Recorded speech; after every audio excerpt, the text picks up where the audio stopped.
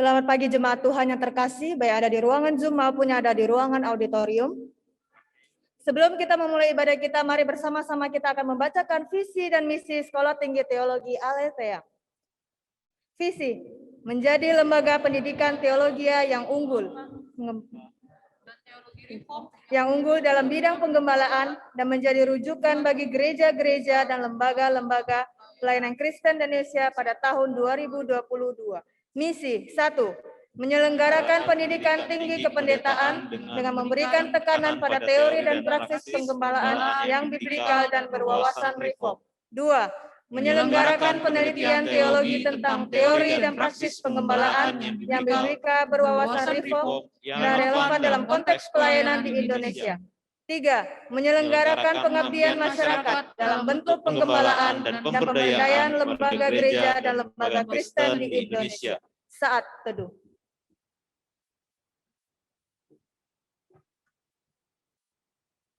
Jemaat Tuhan yang terkasih, Allah telah berinisiatif mengundang kita untuk masuk ke dalam hadirat-Nya, untuk memuji dan memuliakan nama-Nya. Marilah kita meresponi undangan Allah dengan meyakini bahwa pertolongan kita ialah dalam nama Tuhan, pencipta langit dan bumi. Kasih karunia dan damai sejahtera dari Allah Bapa, Putra, dan Roh Kudus kiranya menyertai saudara sekalian. Allah kita adalah Allah yang luar biasa. Ia yang telah mengalahkan maut, telah bangkit dari kematian dan membawa kebebasan bagi setiap kita, umat manusia yang mau sungguh-sungguh percaya kepadanya dan mau hidup dalam takut akan Dia. Mari bersama-sama kita tinggikan Allah kita dengan pujian How Great is Our God.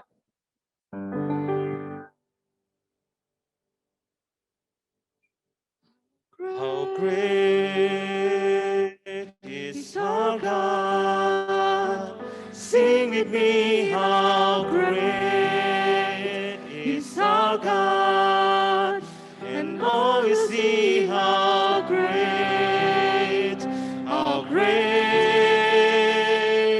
is our God.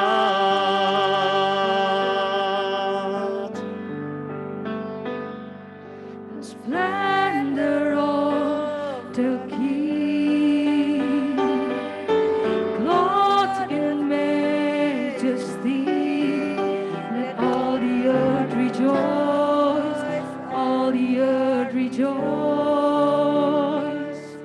He wraps himself in light, and darkness tries to hide, and tremble at his voice, trembles at his voice.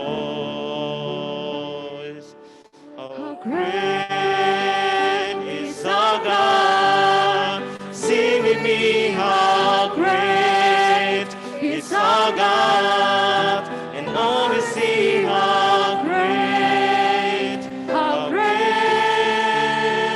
is our God.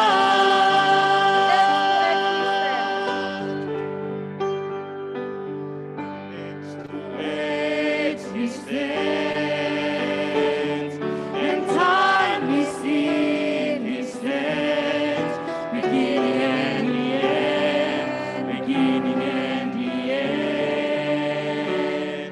The Godhead three in one, Father, Spirit, Son, the Lion and the Lamb, the Lion and the Lamb.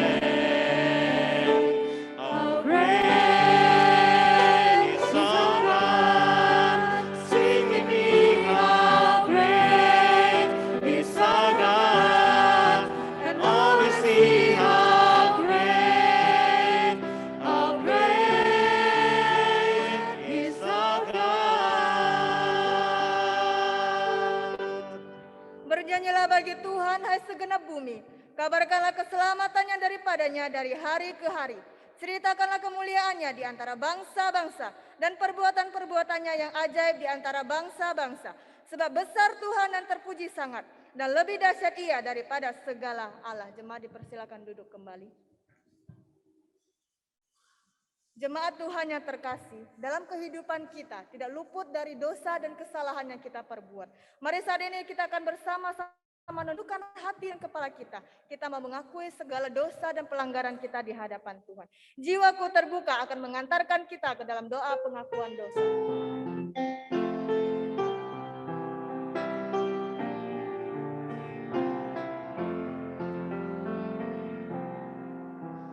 Jiwaku terbuka untukmu Tuhan,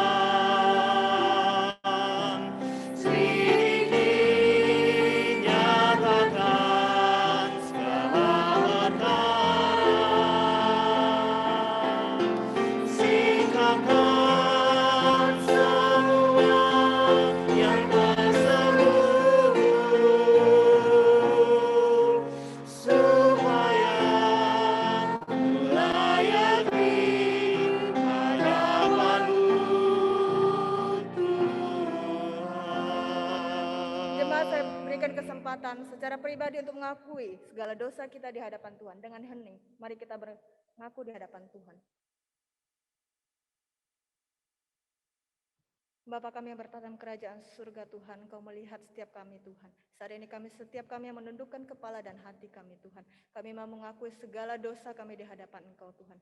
Engkau tahu siapa kami Tuhan. Engkau tahu hati kami Tuhan. Engkau tahu perbuatan kami Tuhan. Engkau tahu apa yang ada dalam pikiran kami Tuhan. Tolong kami Tuhan, ampuni kami Tuhan. Kami adalah manusia yang lemah Tuhan.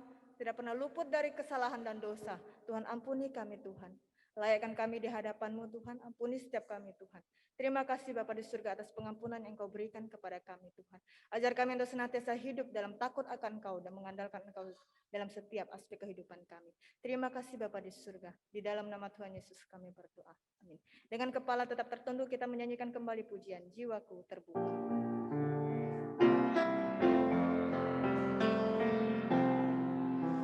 Jiwaku terbuka untukmu Tuhan,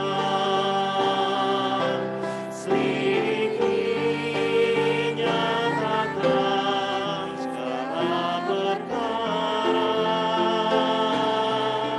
sikapkan semua yang tersembunyi, supaya ku layak di hadapan-Mu, Tuhan. Sebagai umat Tuhan yang telah menerima kasih karunia pengampunan, mari dengarkanlah berita anugerah bagi setiap kita yang terdapat dalam 1 Petrus pasal 2 ayat 24 sampai 25 berbunyi demikian. Ia sendiri telah memikul dosa kita di dalam tubuhnya di kayu salib, supaya kita yang telah mati terhadap dosa hidup untuk kebenaran. Oleh bilur-bilurnya kamu telah disembuhkan, sebab kamu dahulu sesat seperti domba, tetapi sekarang kamu telah kembali. Jemaat dipersilakan untuk bangkit berdiri. Bersama-sama kita akan membacakan petunjuk hidup baru yang akan menuntun kehidupan kita menjadi lebih baik ke depannya. Petunjuk hidup baru yang terdapat dalam 2 Korintus pasal 5 ayat yang ke-17. Kita akan membacakannya bersama-sama. 1, 2, 3. Jadi siapa yang ada di dalam Kristus, ia adalah ciptaan yang baru. Yang lama sudah berlalu, sesungguhnya yang baru sudah datang. Fanny Crosby adalah seorang yang kehilangan penglihatannya sejak kecil akibat dari kesalahan perawatan yang dialaminya. Dia harus menjalani kehidupannya tanpa bisa melihat keindahan dunia ini. Tetapi hal tersebut tidak membuat dia putus semangat. Di tengah keterbatasannya, ia meyakini bahwa ada rencana Tuhan yang terbaik di dalam kehidupannya. Ada jaminan yang Allah berikan kepadanya. Jaminan mulia adalah sebuah him yang dituliskan oleh Fanny Crosby pada usianya yang ke-35. Yang sampai hari ini pun lagu ini menjadi sebuah him yang mengingatkan kepada kita semua bahwa ada jaminan ketika kita sungguh-sungguh mau hidup dalam takut akan Tuhan. Mari bersama-sama kita akan nyanyikan pujian Jaminan Mulia.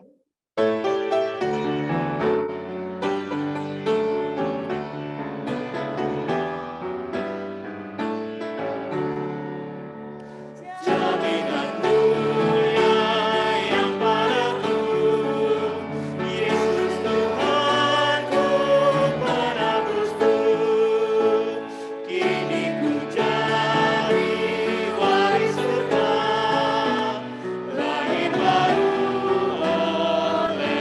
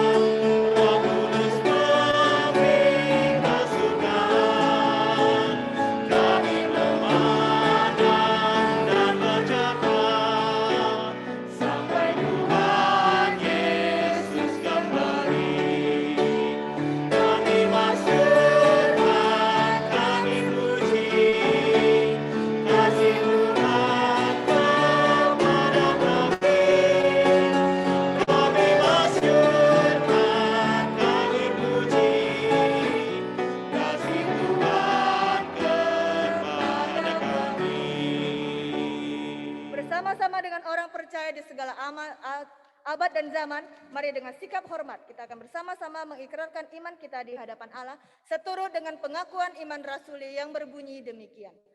Aku percaya kepada Allah, Bapa yang Maha Kuasa, Khalik langit dan bumi, dan kepada Yesus Kristus, anaknya yang tunggal, Tuhan kita, yang dikandung dari Roh Kudus, lahir dari anak darah Maria, yang menderita sengsara, di bawah pemerintahan Pontius Pilatus, disalibkan, mati dan dikuburkan, turun ke dalam kerajaan maut, pada hari yang ketiga, bangkit pula dari antara orang mati, naik ke surga, duduk di sebelah kanan Allah, Bapa yang Maha Kuasa.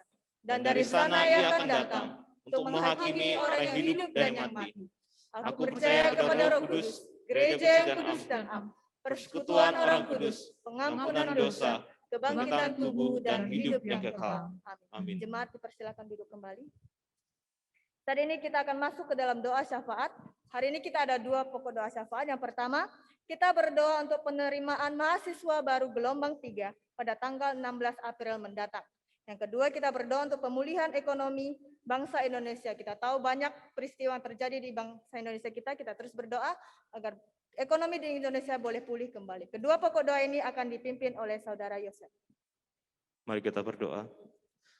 Tuhan Allah surga, terima kasih Tuhan atas kasih pada kami. Kami bersyukur Tuhan bahwa Engkau terus memberikan anugerah pada kami dan kami merasakannya pada saat ini.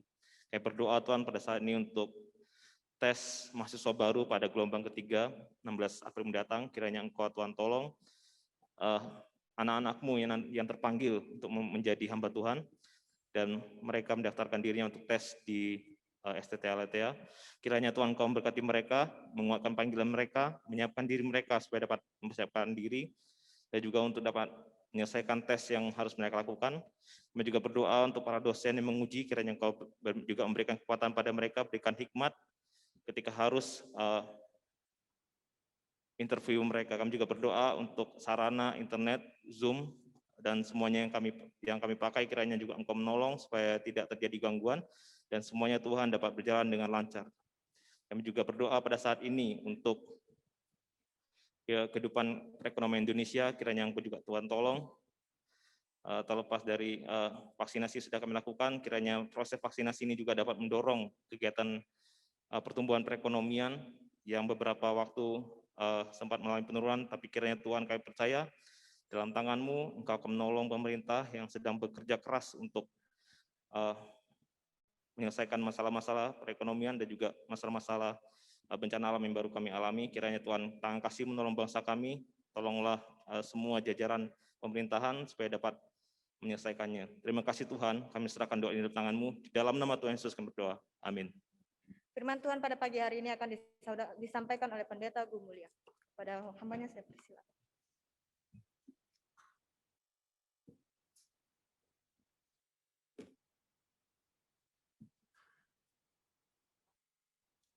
Shalom, selamat pagi saudara-saudaraku yang kasih dalam Tuhan. Juga rekan-rekan yang di ruangan Zoom.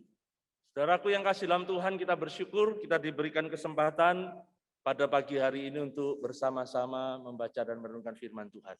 Mari sebelum lebih jauh kita sekali lagi berdoa di hadapan Tuhan. Tuhan, kiranya Roh-Mu yang kudus yang menolong kami, yang memimpin kami, supaya ketika kebenaran firman Tuhan disampaikan, hati kami dilembutkan, dan firman Tuhan itu boleh bertumbuh dan berbuah dalam kehidupan kami. Berkati waktu yang singkat ini Tuhan, dalam nama Tuhan Yesus kami bersyukur dan berdoa. Amin. Saudaraku yang kasih dalam Tuhan, bagi saudara yang mengikuti ibadah minggu kira-kira 1 bulan yang lalu ketika saya dipercayakan menyampaikan firman Tuhan, saya menyampaikan firman Tuhan dari 1 Samuel 17, saudara. Kembali hari ini saya akan mengangkat dari teks yang sama, tetapi tentunya dari perspektif yang berbeda. Kembali saya tidak akan membacakan, saudara, karena saya yakin dan percaya saudara sudah kecil sudah tahu kisah Daud melawan Goliat. Tapi saudaraku bagi saudara yang mungkin tidak mendengar waktu hari Minggu itu, saya ingin memberikan sedikit pengantar. Kalau saudara melihat 1 Samuel 17, saudara akan melihat secara jelas bahwa 1 Samuel 17 ini adalah karpet merah bagi tokoh muda yang bernama Daud. Kalau saudara perhatikan baik-baik, saudara, dari ayat yang pertama sampai dengan ayat yang ke-11, itu sama sekali tidak ada tokoh Daud. Satu kata pun, nama Daud pun tidak ada. Tetapi mulai ayat yang ke-12, muncul, dan dia terus, kira-kira secara naratif itu makin menanjak mengalahkan Goliat dan seterusnya sampai akhir. Jadi itulah sebabnya saya katakan ini semacam karpet merah untuk Daud. Saudara, kenapa Daud bisa menjadi tokoh yang demikian, saudara?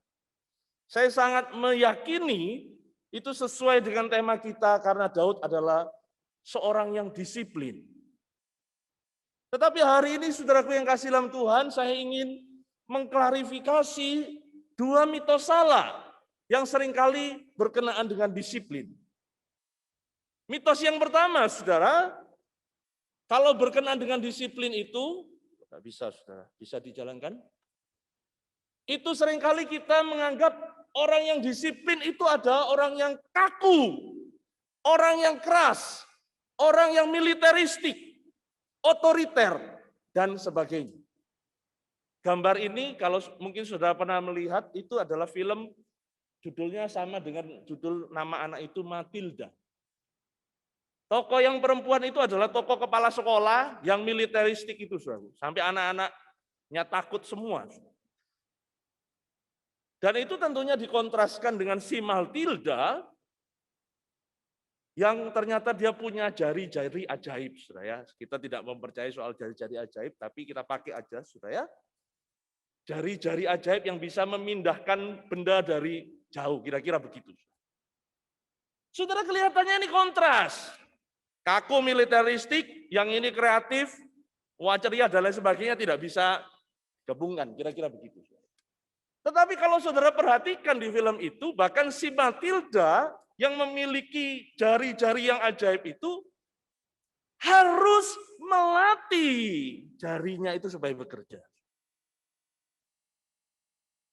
Saudara mungkin pernah mendengar ataupun melihat tokoh ini, Mr. Bean ini tidak bisa jalan, saudara. Jadi silakan next ya. Ya lucu, kadang-kadang lucunya rada jorok, saudara ya. Jorok maksudnya kadang menjijikkan gitu, saudara ya. Tetapi semua orang tahu, saudaraku, Mr. Bean ini tidak asal-asalan melakukannya, saudara. Dia survei, dia analisa setiap hal, baru dia buat itu yang membuat kita tertawa terbahak-bahak. Saudara, baru kita melewati Hari Raya Paskah, saudara. Ya, next. Bagi saya, saudaraku, Yesus adalah seorang tokoh yang dramatis juga, saudara. Saudara tahu kisahnya? Dua orang yang berjalan ke Emmaus, saudara. Perhatikan bagaimana Yesus bisa menempatkan diri, melakonkan diri, termasuk ucapannya, sampai murid-muridnya tidak kenal bahwa itu Yesus. Bahkan Yesus punya adegan terakhir, bukan terakhir, ada yang terakhir lagi, adegan penentuan, saudara ya. Kalau saudara baca, Yesus berpura-pura mau melanjutkan perjalanan. Itu tindakan seorang yang bisa main drama, saudara. Kemudian ditahan itu, saudara. Dan mereka makan malam bersama. Dan saudara tahu tindakan yang terakhir adalah memecah-mecahkan roti. Itu baru saja mereka lakukan. Karena itu disebut perjamuan terakhir. Kalau ada perjamuan terakhir, pasti ada perjamuan pertama, kedua, dan seterusnya. Jadi itu adalah sesuatu yang biasa dilakukan oleh Tuhan Yesus bersama-sama muridnya. Dan itulah yang dipakai Tuhan Yesus untuk membukakan mata mereka. Karena itu saya percaya, saudaraku yang kasih dalam Tuhan, menjadi orang yang disiplin, jangan khawatir. Saudara bisa menjadi orang yang kreatif. Saya ingin tunjukkan, saudaraku, dari teks kita, saudaraku, bahwa Daud adalah orang yang disiplin. Karena disiplinnya itu, saudaraku, ya next, dia bisa menghentikan tindakan bullying, penghinaan dari kakak tertuanya. Saudara. Ya, kalau saudara mau baca, silakan di dalam ayat yang ke-28. Saya cuma ambil bagian yang penting di sana. Eliab ketika tahu Daud datang, yang ngomongnya seperti ini. Dan pada siapakah kau tinggalkan kambing domba yang 2-3 ekor itu di padang gurun? Kalau saudara melihat kata-kata ini adalah kata-kata orang yang meremehkan, mengatakan, kamu itu tinggalin di siapa? Paling kamu tinggalkan saja begitu saja. Keleleran bahasa Jawanya ya, dibiarkan keleleran saja sudah. Tidak ada yang merawat. Tetapi saudaraku yang kasih dalam Tuhan, itu ayat 28. Di dalam ayat yang ke-20 ya next, narator dengan suara naratornya sudah mempersiapkan jawaban sebelumnya.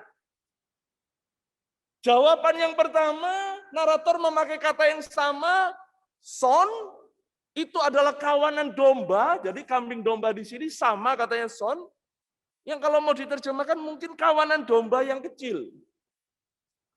Kawanan domba yang kecil itu mungkin dari segi kuantitas memang kecil, saudara ya. Tetapi mungkin dari segi kualitas juga begitu. Tidak ada harganya. Jadi ini bukan soal besar dan kecil. Tetapi yang lebih penting, saudaraku, perhatikan baik-baik ayat 20 dikatakan, Daud sebelum pergi, dia mempercayakan itu kepada seorang yang biasa menjaga. Menjaga apa? Menjaga kambing domba. Dia tidak asal ketemu, kamu jaga ya, saya mau pergi.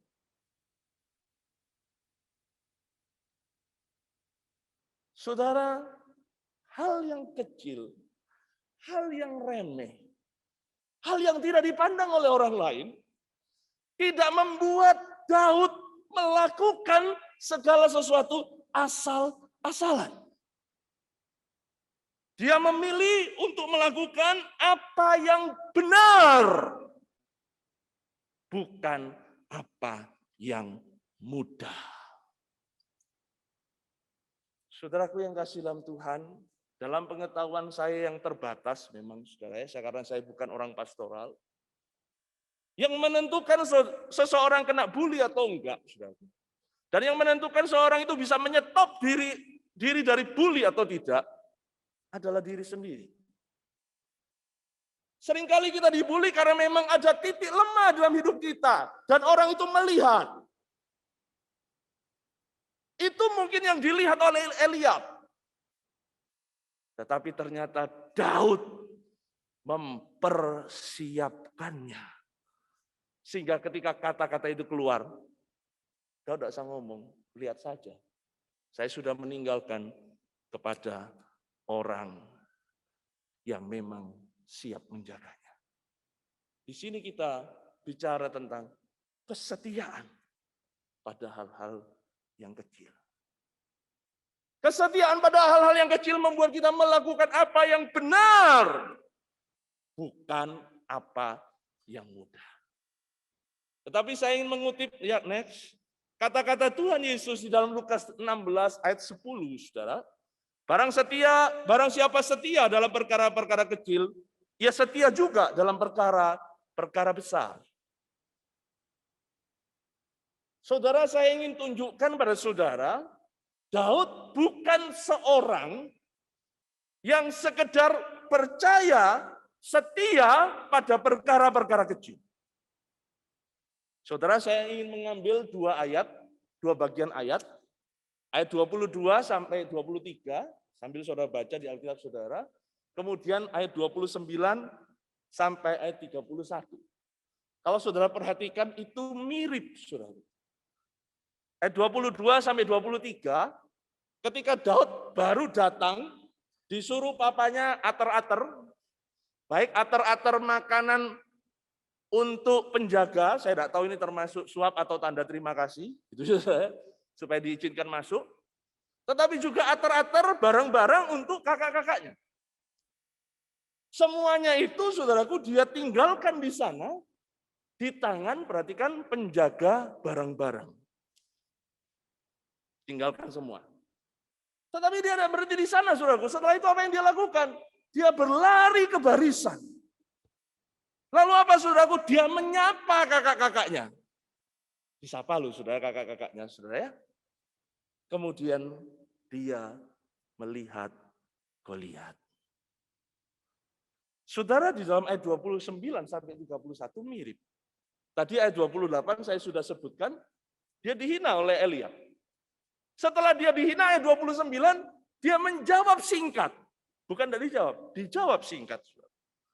Kemudian dia memalingkan badan. Hari Minggu yang khotbah hari Minggu saya sudah sebutkan, itu katanya jelas memalingkan badan. Kemudian apa, saudaraku? Dia fokus kepada info rakyat. Itu ada sayembara, siapa yang bisa mengalahkan Goliat, bla bla bla dan seterusnya. Dan saudara perhatikan, dia menemui Saul. Ya, silakan next. Saudara, saya melihat di sini, Daud itu bukan orang yang menyerah pada nasibnya atau takdirnya. Memang nasib, aku anak bontot, anak nomor 8. Memang nasib, tugasku hanyalah untuk atar-atar makanan untuk kakak-kakakku. Sambil melihat mereka berperang. Daud bukan orang yang seperti itu. Daud adalah orang yang mengerjakan setia pada perkara-perkara kecil, tetapi pada saat yang bersama perspektifnya dibuka untuk melihat kesempatan yang lebih besar. Karena itu dia lihat Goliat. Atar-atar itu soal nomor 2. Penghinaan dari Eliab soal nomor 2. Dia melihat Goliat. Dan untuk melihat Goliat, untuk melawan Goliat, dia harus bertemu dengan Saul. Saudara, dalam bagian ini, ya next, Daud itu adalah seorang yang bukan saja next presisi, tetapi juga akurasi. Ya, jadi saudara perhatikan, dia seorang yang bukan hanya, ini bagian yang kedua, saudara ya. Tadi bagian yang pertama perspektif baru, bagian yang kedua saya ingin membandingkan dengan 2 hal yang sedikit berbeda. Di ayat yang ke-20, tadi dikatakan dia meninggalkan kepada penjaga domba. Di ayat 22, dia meninggalkan itu kepada penjaga barang-barang. Di ayat 34 sampai 36, minimal di situ disebutkan 2, tambahan ayat yang 40, ada 3 strategi Daud melawan musuh. Yang pertama dan kedua itu melawan singa atau beruang, bisa dari belakang strateginya berbeda, dari depan strateginya berbeda. Tetapi melawan Goliat, dia punya strategi yang berbeda lagi, yaitu memakai batu yang licin. Saudara, jadi di sini bicara soal presisi dan akurasi. Dombanya tidak ditinggalkan pada sembarang orang, kepada penjaga domba. Barang-barangnya ditinggalkan tidak kepada sembarang orang, kepada penjaga barang-barang. Saudaraku yang kasih dalam Tuhan, orang yang memiliki perspektif yang baru, dan orang yang memiliki presisi dan akurasi, adalah orang yang bisa seize the moment. Menangkap momen-momen penting dalam hidupnya. Saudaraku yang kasih dalam Tuhan, saya berhenti sejenak di sini, saya ingin mencoba merefleksikan 2 hal. Yang pertama, saudara, sebelumnya maafkan, tapi terus terang saya kaget, saudara ya. Karena saya sudah lupa dalam khotbah yang lalu, ada yang berkata seperti ini, dulu sebelum masanya rekaman-rekaman, Jumat itu adalah Waktunya bobok cantik dan main game. Saudara, saya kaget, saudara. Sepanjang yang saya tahu, ketika dosen memutuskan Jumat itu tidak ada kuliah, bukan untuk bobok cantik, saudara. Bukan untuk main game, saudara. Sungguh dengan keprihatinan yang dalam saya ingin menegaskan ini. Dan saya ingin memaparkan ini, saudara. Daud bukan siapa-siapa, saudara. Tetapi dia membangun tembok-tembok hidupnya, saudaraku, sehingga dia bisa menangkap momen-momen penting dalam hidupnya. Saya percaya, saudara, kalau saudara membiasakan bobok cantik, saudara akan tambah cantik, saudara. Cantik apanya, saudara? Boboknya, saudara. Sehingga suatu saat, saudaraku, tidak ada weker, tidak ada alarm, bunyi siapapun juga yang bisa membangunkan saudara. Bahkan disiram air pun saudara tidak bisa bangun. Saudara menjadi sleeping beauty mungkin, saudara. Ya, saudara. Setiap hidup kita itu dibangun oleh sesuatu yang kita melakukan dengan disiplin, dengan kesetiaan, perkara-perkara yang kecil, sehingga akhirnya ketika momen itu Tuhan berikan, kita tangkap momen itu. Dan menjadi sesuatu yang mengubahkan hidup kita. Semoga kita semua menyadari hal ini. Saudaraku yang kedua, saudaraku, ketika membayangkan bagian ini, saudara, saya membayangkan memang Daud ini satu orang dari mungkin 1.000, mungkin lebih orang, 100.000 mungkin.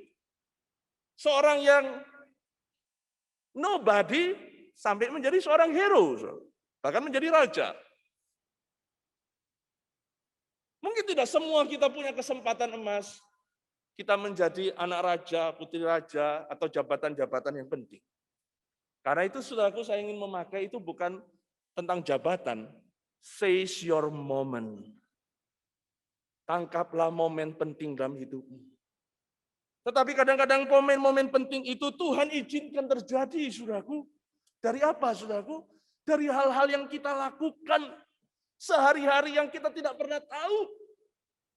Saya yakin Daud ketika memelihara dengan setia, meninggalkan itu ketika dia pergi ke kakak-kakaknya, meninggalkan kambing domba kepada penjaga-penjaganya, dia rumat baik-baik, rawat baik-baik. Dia tidak pikir dia akan menjadi raja.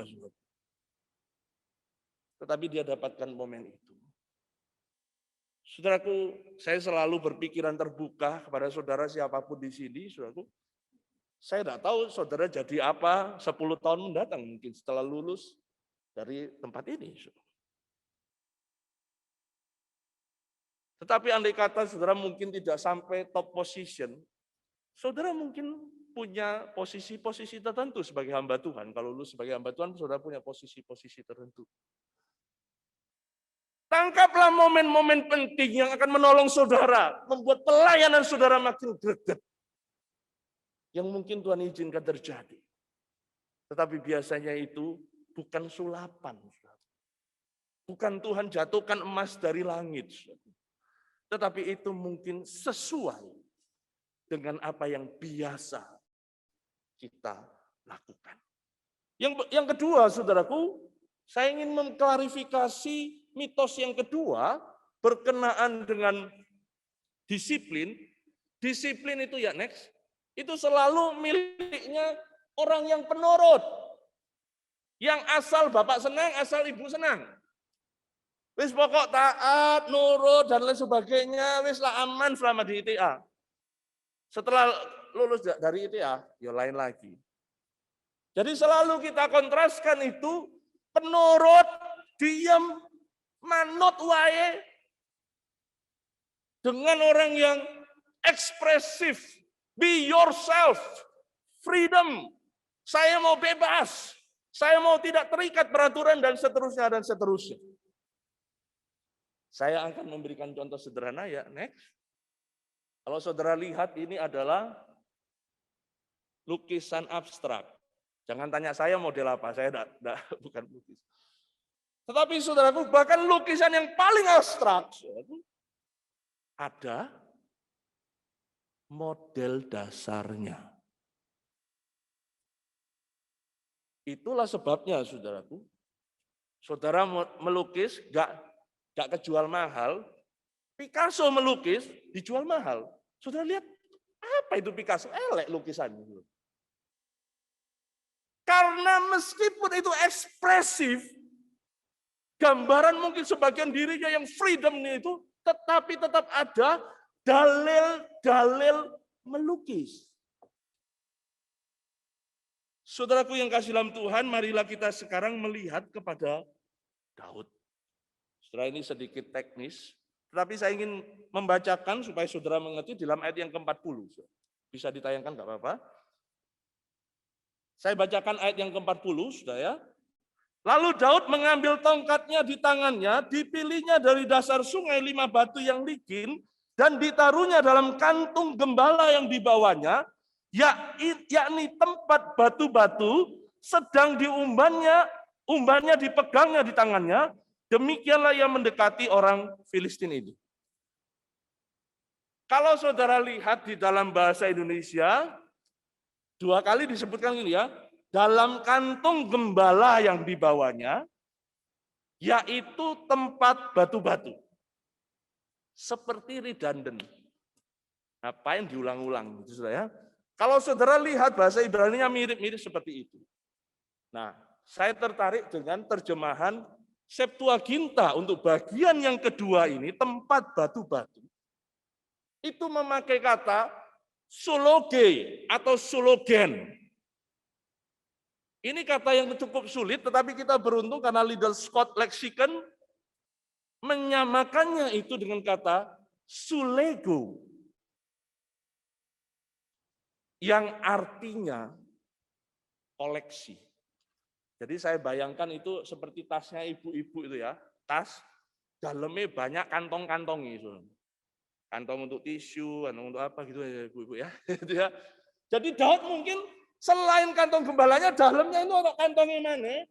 Disitulah dia menyimpan baik-baik itunya, saudara. Batu-batu pilihannya 5 itu, saudara, sehingga dia bisa mengambilnya dengan mudah. Kira-kira seperti itu. Sehingga saya mengambil arti di situ koleksi. Suloge. Ternyata, saudaraku, suloge atau sulogen ini memiliki kedekatan arti dengan kata yang dari dasar kata yang sama, ekloge atau eklogen. Yang saya artikan seleksi. Tetapi ada satu kata lagi, ya ada beberapa pendapat saudara, mungkin saudara nanti konsul pada dosen-dosen perjanjian baru dan yang bahasa Yunani. Rata-rata mengatakan biasanya kalau omai itu adalah bentuk yang lebih kuno. Sehingga bisa dari akar kata yang sama, tetapi yang kedua ada yang mengatakan tidak, ada yang tidak. Ya. Tapi kata suloge ini sejajar dengan sulogisomai. Dan kita punya katanya sekarang, kata yang cukup teknis yaitu silogisme. Silogisme itu apa, saudara? Saudara punya data, tetapi saudara sekarang menaruh semua data, semua alasan, semua dasar pemikiran itu dalam layar saudara dijadikan satu, dilihat secara bersama-sama, dan saudara menarik sebuah kesimpulan. Ya, next. Jadi saya melihat koleksi batu-batu Daud itu adalah hasil dari seleksi dan hasil Daud menarik kesimpulan. Saya terangkan sedikit-sedikit. Seleksi, ya next. Seleksi apa, saudara? Tadi saya sudah sebutkan, seleksi dirinya, bahwa dirinya itu adalah seorang yang berharga di mata Tuhan. Dirinya itu seperti apel, bukan orang lihat apel, kalau dilihat di TV, aduh, apelnya tinggal tulangnya, saudara. Bukankah itu kita seringkali orang merendahkan kita gara-gara itu, saudara? Kita sendiri yang melihat diri kita rendah, makanya orang merendahkan kita. Dia melihat dirinya apel yang bisa dipakai Tuhan. Itu seleksi pertama. Seleksi yang kedua, saudara, dia sudah melakukannya. Melawan singa dari depan, melawan singa dari belakang. Tadi saya sebutkan dua, saudara. Dari gambar-gambar kemungkinan ada yang ketiga, kemungkinan melawan beruang, mulai memakai umbannya itu, saudara. Dan yang keempat, melawan Goliat dengan semuanya itu nanti saya akan terangkan lebih lanjut, dengan batu-batu yang dia pilih. Itu seleksi. Bagaimana dengan silogisme yang atau kesimpulan yang dia tarik? Ya, silakan. Dari semuanya itu, saudaraku, dia sudah melihat Goliat jauh, dia sudah melihat modelnya Goliat, dia sudah melihat pakaiannya Goliat. Dia menyimpulkan, yang penting ini yang esensi. Kalau saya niru Goliat, terlalu berat. Belum tanding, pasti sudah kalah. Yang kedua, saudara, dia, tadi saya sudah sebutkan, melawan Goliat harus high precision dan high accuracy. Presisi tinggi, akurasi tinggi. Itu momen mungkin sesaat. Saudara bayangkan saja kalau Daud itu mau ngumban, kepleset, saudara. Langsung kalah dia, saudara. Antara berhasil dan gagal, kadang-kadang perbedaannya itu detik. Dia tahu dia harus high precision, high accuracy. Sehingga, saudaraku, dia mengambil koleksi, saudaraku. Ya, selanjutnya. Yang dia tidak ambil, saudaraku, itu bukan batu-batu kerikil. Kenapa bukan batu-batu kerikil, saudaraku? Ya. Ada berbagai pendapat, saudaraku. Tetapi ada beberapa pendapat yang menarik dan saya ingin menambahkan. Ada yang mengatakan seperti ini. Kenapa Daud mengambil batu di sungai, saudaraku? Karena batu di sungai itu sudah mengalami gesekan dengan batu-batu yang lain. Itu yang pertama. Dan dia mengalami reaksi dengan air dan zat-zat yang lain, sehingga rata-rata, saudaraku, batu-batu sungai itu sedikit lebih berat dibandingkan dengan batu kerikil. Tetapi yang berikutnya, saudaraku, yang saya amati, saudaraku, batu-batu sungai itu mulus, saudaraku, makanya disebutkan licin gitu, saudara, tapi padat, saudara. Karena apa, saudara? Kalau saudara perhatikan ketopongnya Goliat, saya sebenarnya mau bawa alat peraga, saudara. Bayangkan saudara pakai helm, saudara. Tapi helm sing rogok-rogok sedikit. Itu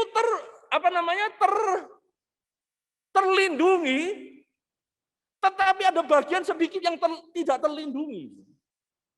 Batu yang licin itu lebih mulus nyampe, saudara. Kalau batu kerikil ngantam ketopongnya bagian pinggirnya dia jatuh. Tetapi batu yang licin itu seperti bisa nyelosop gitu, seret gitu, saudara. Itu tentang batu, saudara. Koleksi, saudara.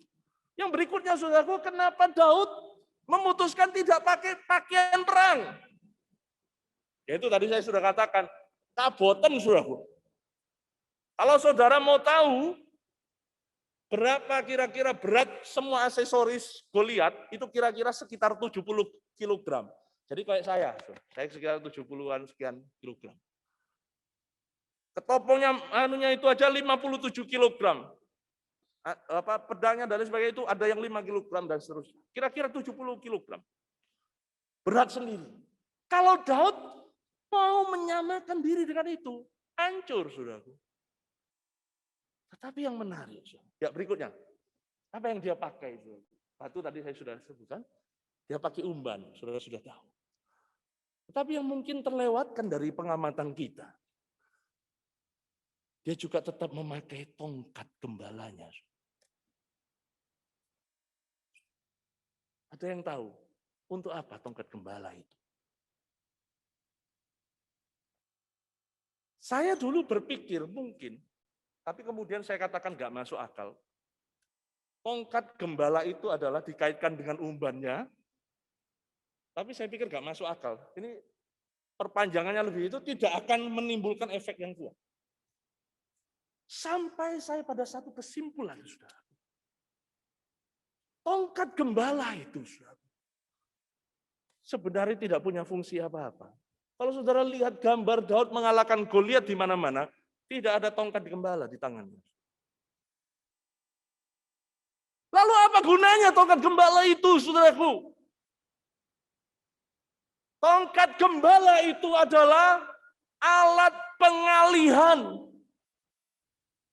Karena itu ketika Goliat mendatangi dia, yang dia katakan apa? Anjingkah aku sehingga kamu datang padaku dengan tongkat. Jadi tongkat itu dipakai untuk mengalihkan perhatian Goliat terhadap senjata pamungkas yang dia punya, yaitu alih-alih. Analisa saya ini saya perkuat dengan apa, saudaraku? Kalau saudara perhatikan baik-baik, di depan Goliat itu loh, wes raksasa loh saudara, masih perlu ada orang di depannya untuk membawa perisai. Goliat 3 meter, saudara. Saudara kira orang yang bawa perisai berapa meter? Kayak 1 meter, 1,5 meter, termasuk 1,70 meter. Nggak ngacek, saudara. Ya, nggak ada bedanya. Mungkin dia orang yang tinggi besar juga. Tetapi sekali lagi, saudaraku, itu pun perisai kan sebenarnya kalau batu ya sudah digirikan aja, saudara. Ya. Sudah selesai. Momennya hilang, Daud pasti kalah. Tetapi baik Goliat maupun penjaga perisai itu, saudara, teralihkan pandangannya kepada tongkat itu. Sehingga ketika dia mulai ada conversation itu, saudara, perang urat syaraf itu, saudara, ketika itu terjadi, saudaraku, setelah selesai secepat kilat, Daud ambil batunya yang sudah disiapkan itu, saudara. Sekali ambil, sekali pasang, sekali tembak. Saudaraku yang kasih dalam Tuhan, semoga saudara melihat apa yang ingin saya sampaikan. Inilah produk orang yang disiplin. Produk orang yang melakukan sesuatu secara detail, saudaraku, tetapi tidak kehilangan kreativitas. Kenapa, saudara? Pernahkah saudara memikirkan Daud itu keturunan apa, saudara? Yehuda. Tetapi tahukah saudara, yang suka pakai umban, itu siapa, saudara? Keturunan Benyamin. Dan siapakah keturunan Benyamin? Raja Saul. Saudara, ironis, saudara. Orang yang punya tradisi menggunakan umban, justru tidak bisa menggunakannya. Tetapi orang yang tidak punya tradisi dari keluarganya, dari sukunya, saudara, justru bisa menggunakannya. Saudaraku yang kasih dalam Tuhan, ketika saya merenungkan ini, saya cuma ingin mengingatkan kita semua, saudara. Kita semua di sini selalu mengatakan kita reform. Jangan sampai kita punya tradisi reform, tetapi perilaku kita tidak reform. Sama seperti Saul, punya tradisi menggunakan umban. Begitu menghadapi Goliat yang tinggi besar dan dengan seluruh aksesorisnya, dia kehilangan daya. Tapi Daud berbeda. Sekali lagi, karena dia seorang yang disiplin namun kreatif. Seorang yang mungkin taat setia pada ritual, pada aturan, tetapi bisa mengembangkannya menjadi diri sendiri, menjadi apa yang menjiwainya, kira-kira begitu. Saudaraku yang kasih dalam Tuhan, sampai sekian, mungkin saudara bertanya, Pak, mulai tadi kok tidak ngomong Tuhan, Pak? Nah, ini bagian yang terakhir saya ingin ngomong Tuhan. Tapi sebelumnya saya punya 2 alasan. Yang pertama, Karena saya sudah sebutkan di khotbah minggu yang bulan lalu, mengenal Tuhan, mengalami Tuhan, bukan hanya tahu tentang Tuhan. Dan Daud adalah orang yang seperti itu. Tapi yang kedua yang ini saya tunjukkan, salah satu ayat ya, next, ayat yang paling mungkin menunjukkan itu adalah ayat yang ke-45.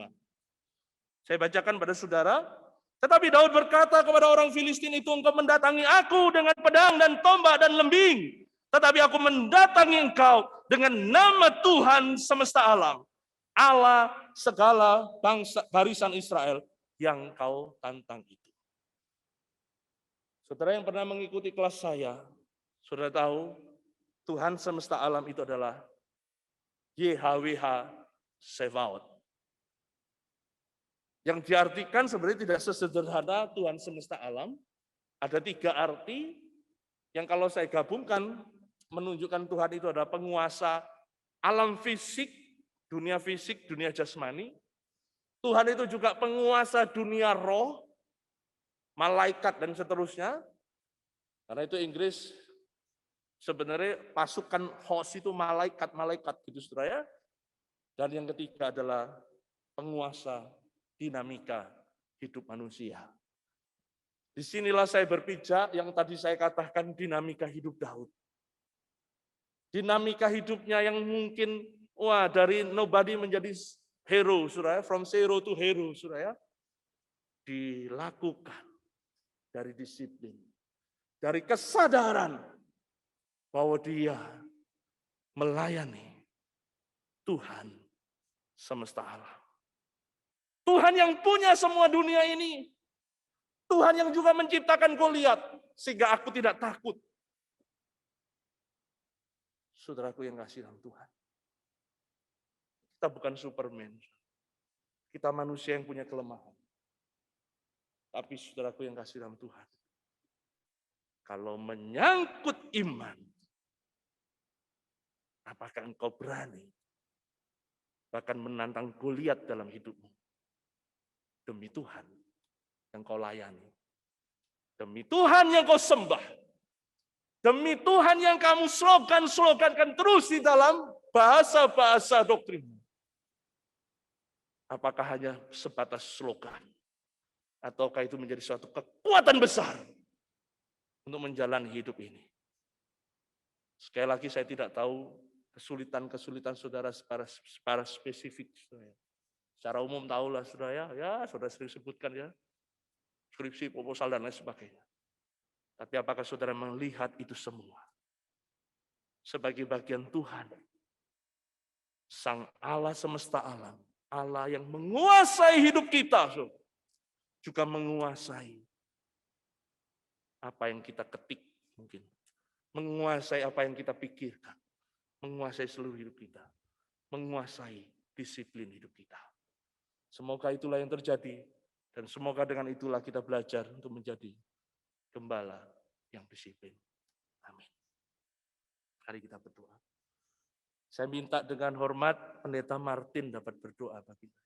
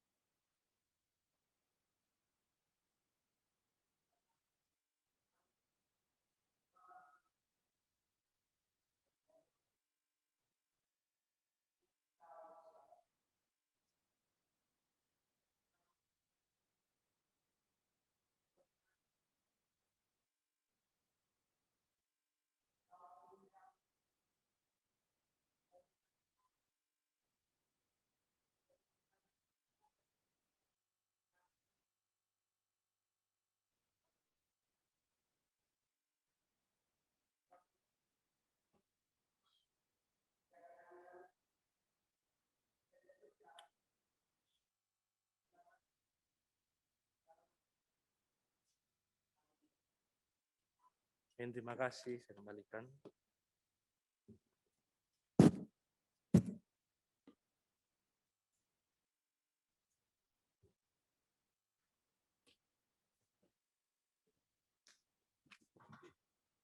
Bersyukur untuk firman Tuhan yang telah diberikan kepada kita semua, dan kita juga bersyukur Tuhan telah memberkati sepanjang kehidupan kita. Sebelum memasuki ibadah tadi, kita telah memberikan persembahan, dan di layar tertampil laporan persembahan minggu kemarin, dan juga tata cara memberikan persembahan secara transfer. Mari kita bersama-sama merespon firman Tuhan dan juga persembahan yang telah kita berikan kepada Tuhan dengan pujian Yesus yang kupilih.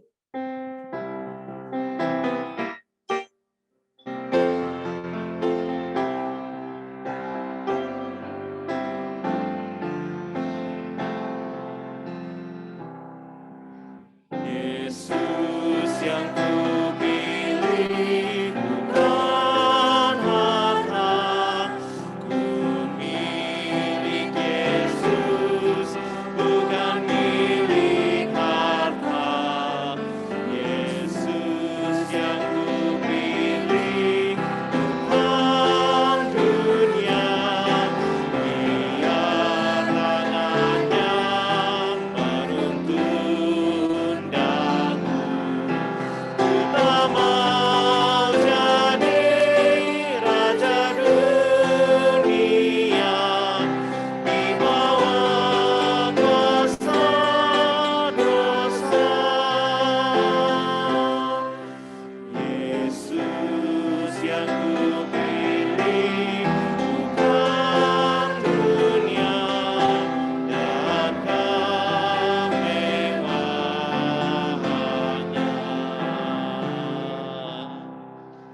Yesus yang kupilih, bukan mulia, rumah berkorban, hidup buat Tuhan. Yesus yang kupilih, bukan nama, kuat dan setia, kabarkan Injil. Ku tak mau jadi raja dunia, di bawah kuasa dosa. Yesus yang kupilih, bukan dunia dan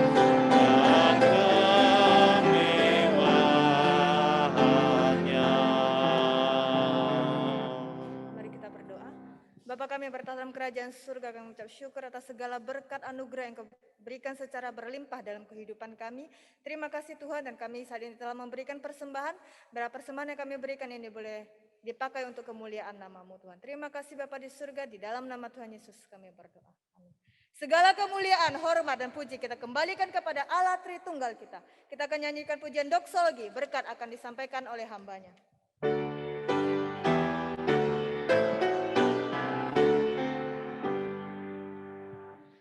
Puji Allah Bapa Putra, puji Allah Roh Kudus, ketiganya yang esa. Pohon sama sumber berkat.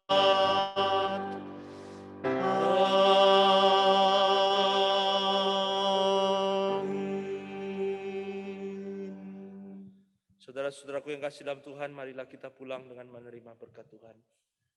Kiranya kasih yang sempurna dari Allah Bapa, anugerah yang besar, dan anugerah keselamatan dalam Tuhan kita Yesus Kristus, pertolongan, penghiburan, dan kekuatan dari Allah Roh Kudus, memampukan kita untuk belajar menjadi hamba-hamba Tuhan yang disiplin, dari sekarang dan sampai selama-lamanya.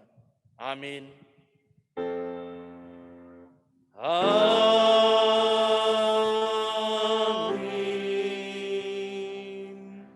Amin.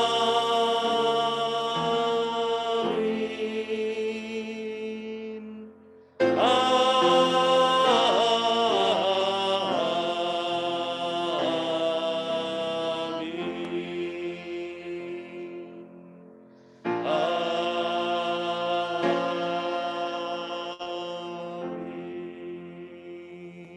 Silakan duduk, mengambil saat teduh dan ibadah selesai. Tuhan Yesus memberkati saudara sekalian.